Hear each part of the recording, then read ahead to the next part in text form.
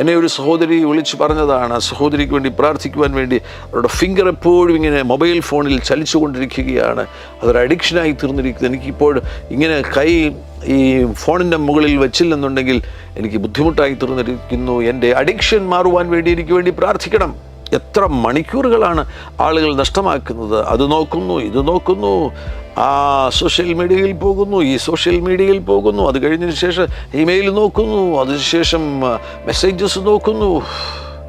മണിക്കൂറുകൾ നഷ്ടമാക്കുകയാണ്. നിങ്ങളുടെ സമയം കാര്യമായി നല്ല ഫലം നൽകിത്തരാതെ, പ്രൊഡക്റ്റീവാകാതെ വെറുതെ നഷ്ടമാകുകയാണെങ്കിൽ, വേസ്റ്റായി പോവുകയാണ് എങ്കിൽ നിങ്ങളുടെ ജീവിതം വേസ്റ്റായി പോവുകയാണ്.